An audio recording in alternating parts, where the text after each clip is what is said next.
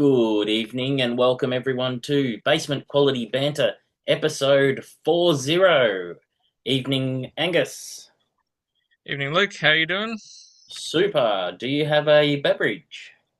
I do have a beverage. I'm having Maddox Special Belge Ooh, on not my leftover beers from my holiday. lovely. Yeah, I logged into Maddox on the way down and got a bunch of beers.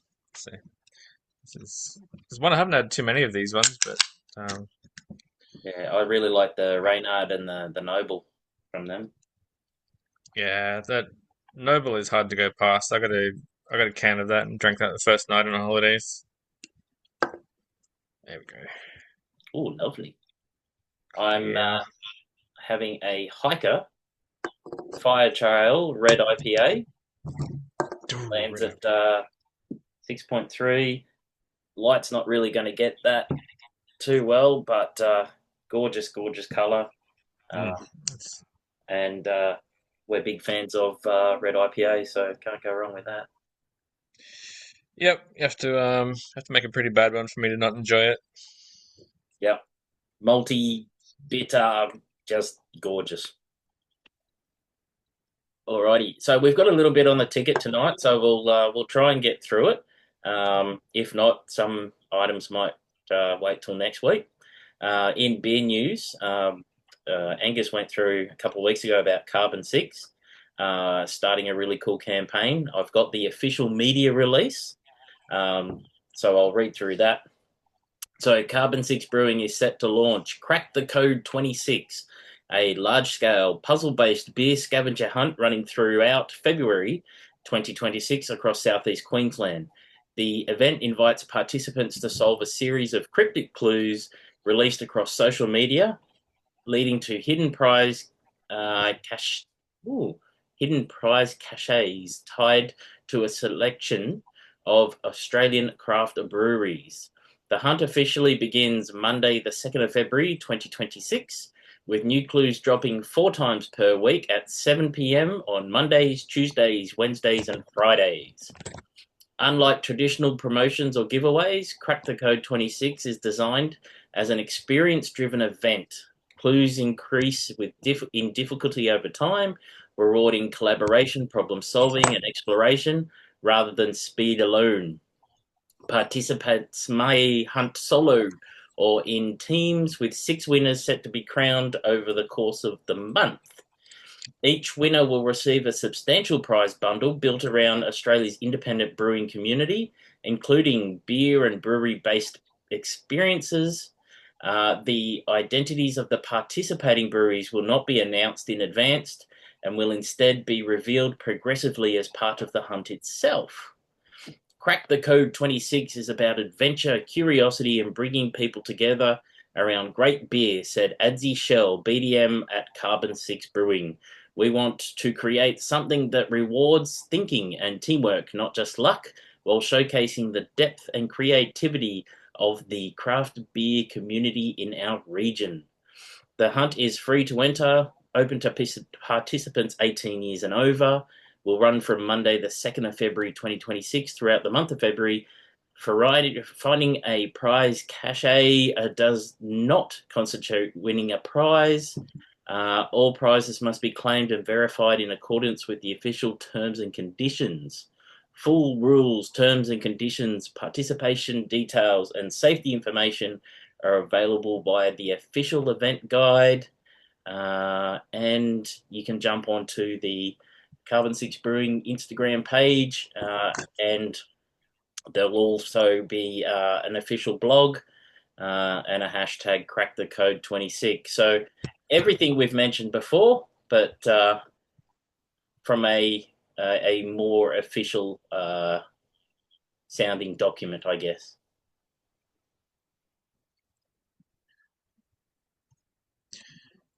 Actually, it sounds really hard. I was reading through it, and the more I read it, I'm like, oh man, this is actually going to be really hard. And I think it was in the press release down towards the end. They mentioned that they did a blog post late last year where they'd laid some clues in that to see if anybody had would cotton on the fact there was clues in there and guessed it, and no one did. I went back and read it on the bus on the way home. I couldn't find anything, so I I think think it's that actually going to be a yeah, lot harder than I what I thought. I think the post that was released before Christmas has been deleted, and that was going to somehow give someone a heads up of what the six breweries were, and then they had to get back to carbon six um, within a certain time frame to win something as part of that. So, and no one claimed it, and then that post was deleted. So, look, it's exciting. Sounds like a bit of fun. Um, yeah, and gets people out and visiting breweries, which is cool. So, yeah, that'll be interesting to see. Yeah, my wife watched Oak Island for quite a few months, which is a documentary on an island in over near Canada, I think it is, where there's reputed to be a buried treasure, and um, these guys have spent years there trying to find stuff. Never found. They find like one or two things per season, I think just enough to spark interest in the TV show. So I've seen that they I found like think little tunnels underneath this island or something, didn't they? Yeah. yeah, tunnels and the tunnels flood, and yeah, it's all like a big conspiracy that um, the Templars buried a massive treasure there, and that's where the Holy Grail is buried, and it's all protected by flood trap tunnels. And yeah, anyway, We know where the I'm getting Holy way Grail is. It's at the pink city of Petra, where they filmed Indiana Jones. yeah, That's still we there. all know that. Yeah. Um, yesterday, Crafty Pint released a story about a new beer competition set for mid this year. The Beer Championships is a new format beer comp developed by Jane Lewis and Justin Fox. I'm getting Super League Rugby 360 vibes, as this is a breakaway comp with slightly different rules and players. Um, think World Beer Cup, where only the top three of each category get a medal. I know other comps have toyed with this idea, unlike now, where a beer is judged to a score, like a medal level score. It's not just the top three. Also, a proprietary sliding scale will be used to build different feedback on top of written evaluations. So, yes, written pen and paper judging. So that sounds like a nightmare to decipher all that info and enter that all. Maybe there's an AI tool that can just read the sheets or something like that.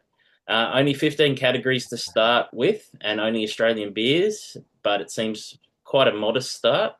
They have, however, plans to already in place to grow by the sound of it.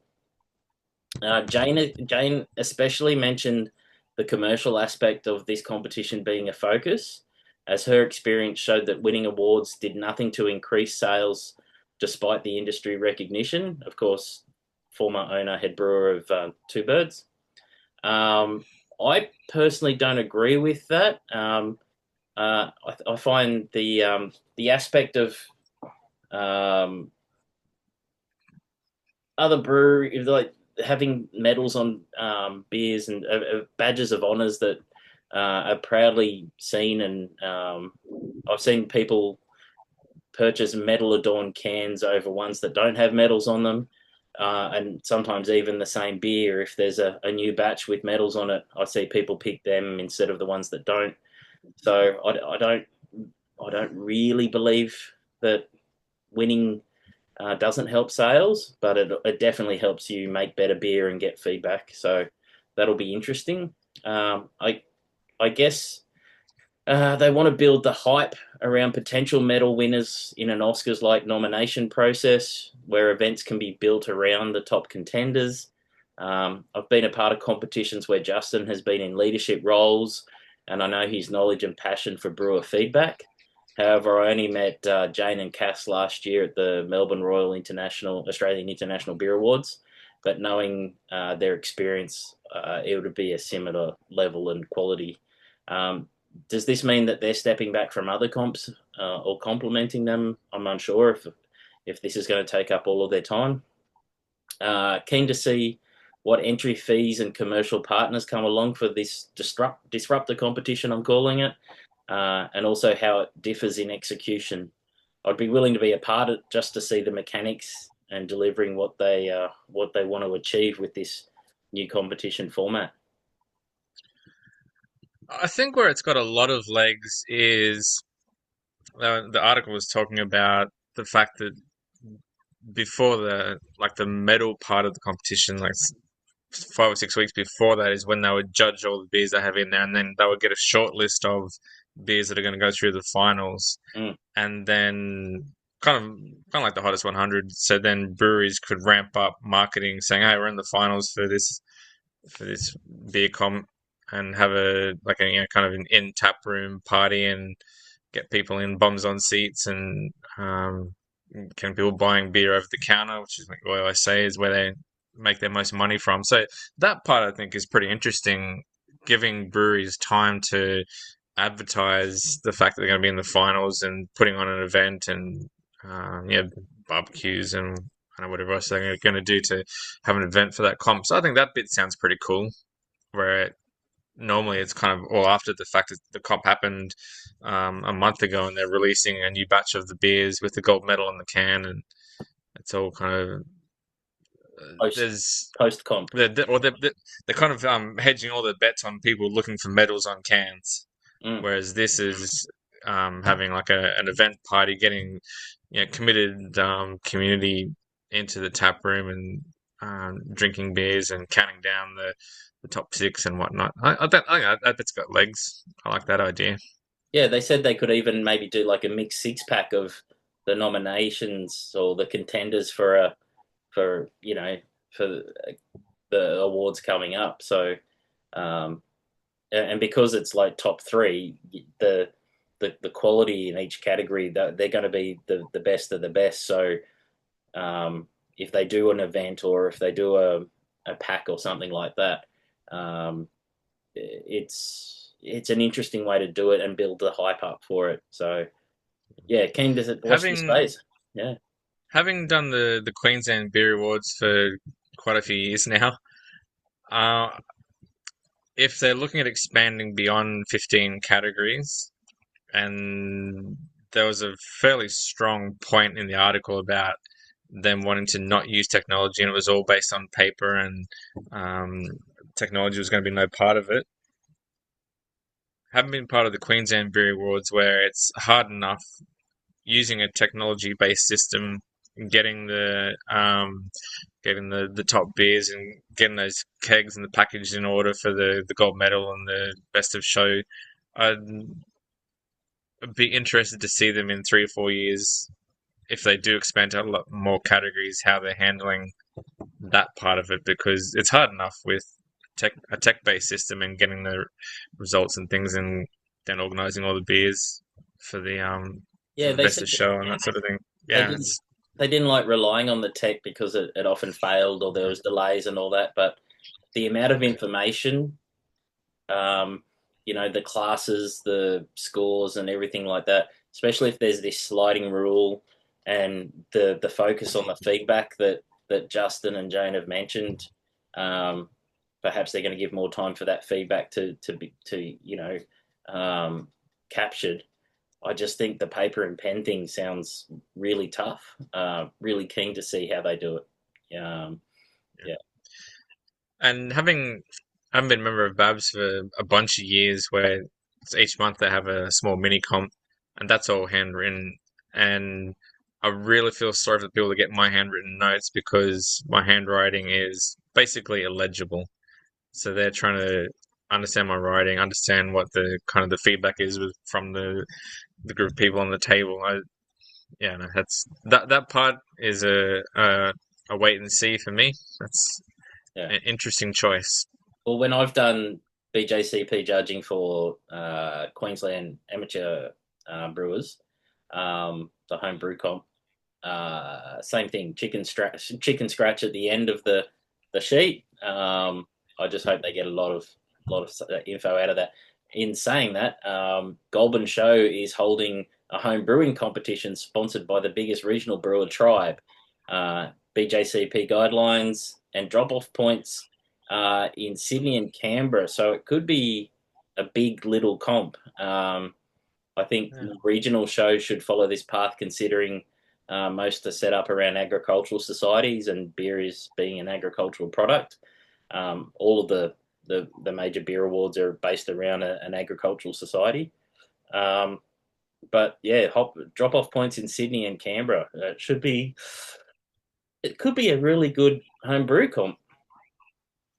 Yeah, it sounds interesting, and with Tribe behind it, they're a pretty well known brand. So Yeah, yeah, yeah, and they're in Goulburn, so why not? I also had that One Drop have released their new logo and core range after 7 years, making the weirdest and most wonderful beers around. The new logo looks like it's dripping off the paper itself, reminiscing of the smoothie beers that they do to some of our glassware. They describe it as more drip and more ooze, which is disgusting. Um, the core range just moves. The it's a core bit range, ew. yeah, ooze. The core range moves to 375 mils with the Botany Bay Lager, alcoholic ginger beer, alcoholic lemonade, hazy pale ale, nitro oatmeal stout, and weed jamming is the fruited smoothie sour. But expect heaps of limited releases over this year with the cool new logo featuring prominently.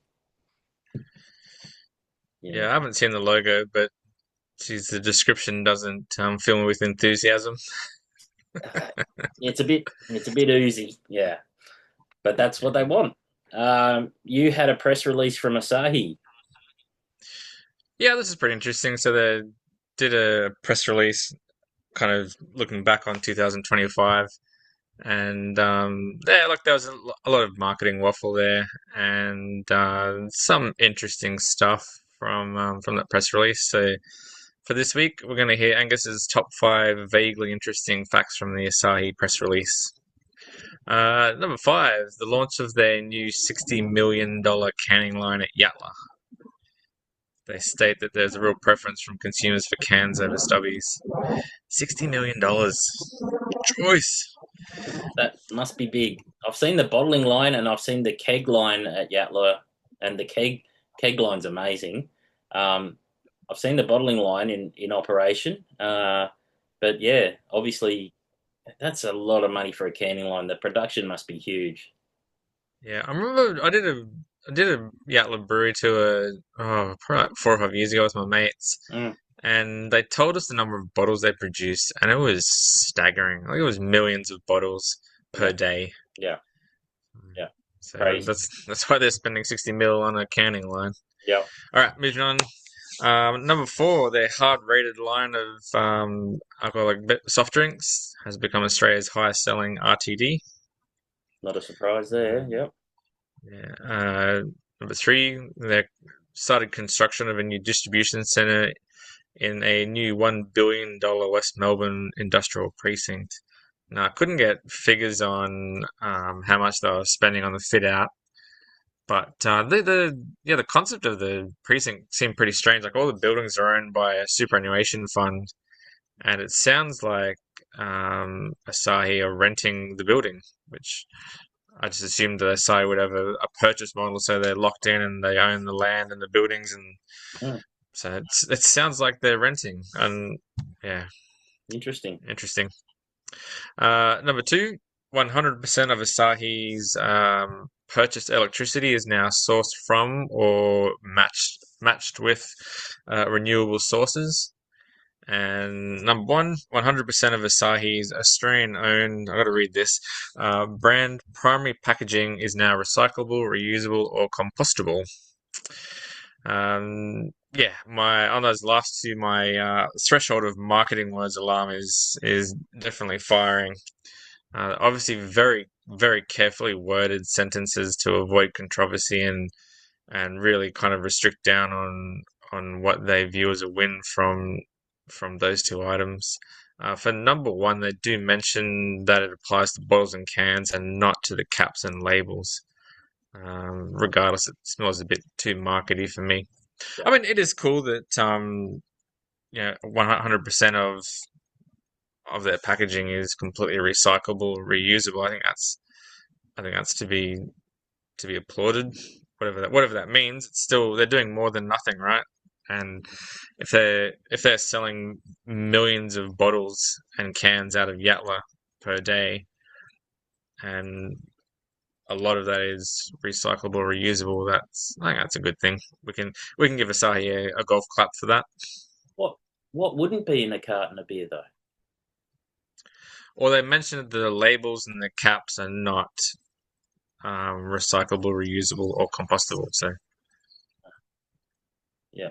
I guess there must be no program for bottle caps. So that'll be kind of hard to do, I suppose. And the labels would just be a pain in the ass, Mm, or the interesting. glue and all that stuff. Yeah.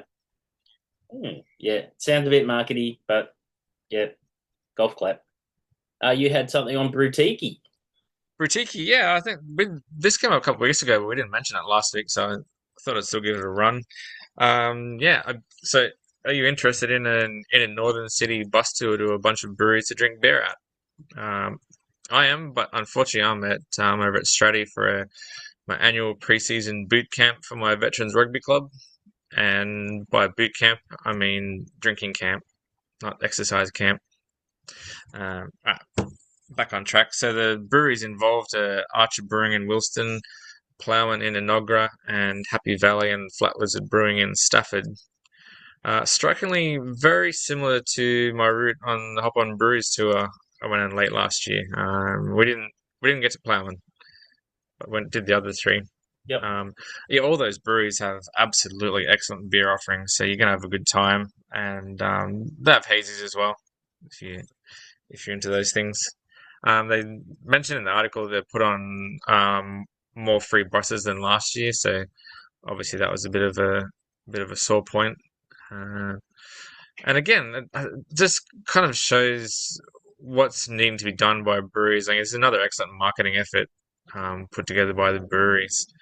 Uh, so kind of pulling together to get bums on seats in their tap rooms. So I thought it sounds like it sounds like a great day. Yeah, and if the buses were an issue, that means it was a success. They got more people than they thought. So good on them for boosting it up this time round. Yeah, yeah, it sounds like a fun day. And you had some international beer waffling. Yep, my international beer waffling. So this week my random country selector stopped on Lebanon, which I don't actually know too much about Lebanon. So my first search was, is it an alcohol-free country? Because it's in that kind of in that region where that's common. It is not an alcohol-free country. It's an sounds like a very alcohol-friendly country with wine, and I can't remember the other type of fermented wine beverage, but there was something else which I want to read up on. It sounded cool. Yep. And yeah, a bunch of breweries. Yeah, interesting. The regulations very closely match Australia with like the drinking age is over 18, zero point 0.05 BAC limit, no open containers whilst driving. So fairly similar to Australia. Um, so I've got found a couple of interesting breweries. So 961 Brewery was one of the first craft breweries launched in Lebanon with a starting date of 2006. They've been around and experienced the somewhat slow growth of craft beer in Lebanon by the sounds of it.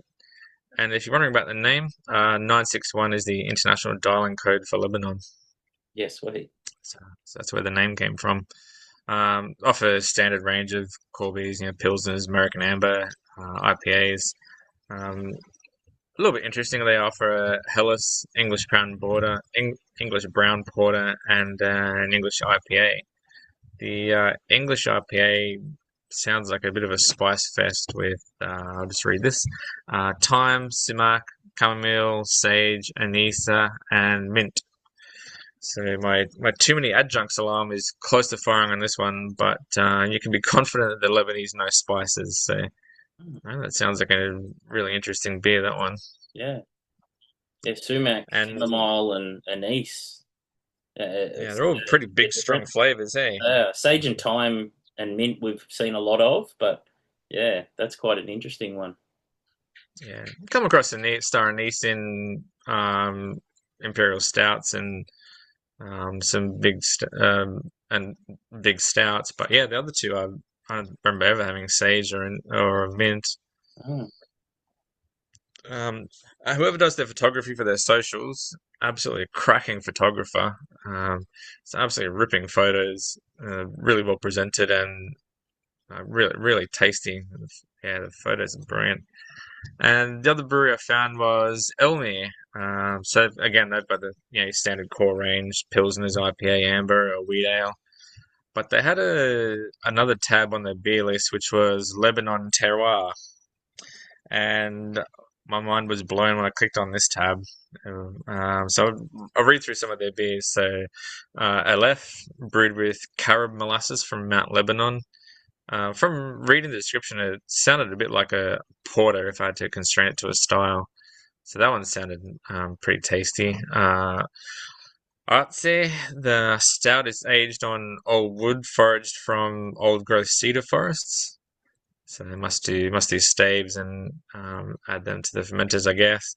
Mm. Vanilla chocolate with liqueur-like and nutty after flavors. Wow. This last one, Amphi, a sour wheat ale using captured Mediterranean sea salt.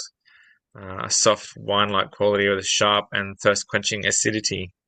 Finishes with a marked saltiness. Now, that one sounds delicious. I would love to try that one. Sort of like a goza or something. Well, that's what I assumed it was going to be because I was reading the first bit about the salt, the captured salt, and whatnot. I'm like, oh, it's going to be a goza, and then no, it was a soured wheat ale. Sour wheat ale. Yeah. Yeah, Wow. so That that one sounds sound amazing. that does sound amazing here. But both of them didn't mention any exports outside of Lebanon, Mm. unfortunately. Road So trip. road trip, Road trip.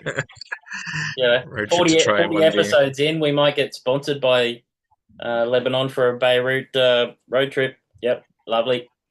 Well, the first round of our predictions from last week have landed. Um, and Long story short, you were good. I was shit. okay, we'll move on. Gab's Hottest 100. Again, if you want some really interesting data driven deep dive into the popularity contest, jump onto beerreflections.com.au. Daniel Ridd does some really cool work there. He'll have all of the facts and figures. So Luke's picks, mountain culture, status quo, tick. Had 1 or 4 last night. Still a really nice drop. Number 2, Cooper's Pale Ale, tick. And then, unfortunately, fourth was Crankshaft IPA by Bent Spoke. Gage Road Single Fin ruined my podium trifecta. Angus's picks. Bolter XPA came 7th. Status Quo was number 1. And Four Pines Japanese Lager 23rd. From the commentary I've heard, it's jumped the shark. Perhaps if it moves to only new beers, it might work. Like beers released that year new. But I've even heard of brewers that we were saying that the numbers were drastically down on breweries just not even interested in it. So, yeah. Um, what did you think of the Hottest 100? Um, yeah, the normal beers you expect to be up in the top 10 were there. There were some big jumps. Who did I see? Trying to remember because I did that Facebook post as I was Watching watching them? it. Biggie Juice Yeah. was one of the ones that jumped up uh, 15 or 20 places or something from Yep. last year. So um, I think maybe the news with the new head brewer and them focusing back on some of their older classic beers is driving interest. That was cool to see. It was good to see Feral um, punching their way up the chain. And I can't remember the other post that I made. So Yeah. Too many beers in. Um, it was a week ago. we also had the Triple J Hottest 100, and I can say it was very disappointing, and it's proof that I am officially old. Um, from my picks, Baker Boy didn't have a single track in the Hottest 100 for one of the best albums of the year. Really disappointed with that. Hilltop Hoods got 67, 85, and 86. I thought they would have done better. And Ray was my international pick, and they came fifth with their track about Where's My Husband. Angus's pick. So even though he was jumping in and out, I actually had a look at what he mentioned. So ACDC, the last official yearly appearance was Hail Caesar at number 97 in 1996. Although they did do better in the best of all time 2009 and the best Australian songs ever countdowns that they did last year. Cold Chisel were only in the Greatest Australian Countdown. The Angels again were the Greatest Australian Countdown, and Nick Cave featured again in the all-time 2009, the all-time 1989, and the Best Australian list of 2025. However, his best was number 8 in 1995 with Kylie Minogue, Where the Wild Things Grow. Now, you do sort of get a point. K-San was in this year's list, covered by Betty Ray's, the band from Reddy Bay, and they did a cover of K-San that came in at 49. So I think that's half a sort of point. a win for you. Half a point. Yeah. And the only Just other, goes to show that my musical tastes have not advanced since the middle of the 90s. yeah, well, that was the peak. So I think I might skip that next year and admit defeat on Triple J. They did play the 1995 and the 2005 Hottest 100s on Double J though over the weekend as well, apparently. So they're digging out some of them on another station. So maybe Double J's That would for have been cool. us oldies. Yeah. That was all my beer news. The only thing, I had one sports story, and it was the F1 Williams. Their new car is 30 kilos overweight and has failed 3 FIA crash tests, and they are unsure if they will make the grid at this rate with their new car. Joyce. So that's a bit scary for them. I know what it's like being 20 kilos overweight, and how hard it is to trim down. So they've got a fair battle ahead of them. I'm probably 30 kilos overweight, and I reckon I would fail 3 FIA crash tests as well. So I can probably see where they're coming from. Yeah. Yeah, the only thing I had to say on the sport was I'd actually planned on reading up on the F1 changes for this year and doing a top five on that, but I didn't do it basically. So that's going to be for next week. I'll read up on the changes and pick out my five most interesting things. Yeah. Like So the car's being might get a bit technical. smaller and sustainable fuel and stuff should be interesting. I think the biggest change, no DRS. It's going to be Yeah, I did read that, but yeah, the thing because I started doing it and then ran. I know I was on holiday, so I didn't do it. yeah. But there was How something dare about you? they can DRS, but they brought something in which is similar to DRS, and I can't Like a remember what like push the to thing pass or was. something. Yeah, yeah. Yeah, I I can't can't remember remember what it what was. they So call it. Yeah, but you kind of can sound use like swings and roundabouts to me. but you can use that to defend too, which the DRS you couldn't use to defend. So yeah, Alrighty. yeah. No, it's going to be interesting. I look forward to your in-depth top five next week for episode 41. Thank you, everyone, for listening to our gibberish. Jump on the Facebook page if you want to enjoy our musings and inappropriate memes. And thank you all again for listening. Night, everyone. Thanks, everyone. See ya. Cheers, boy.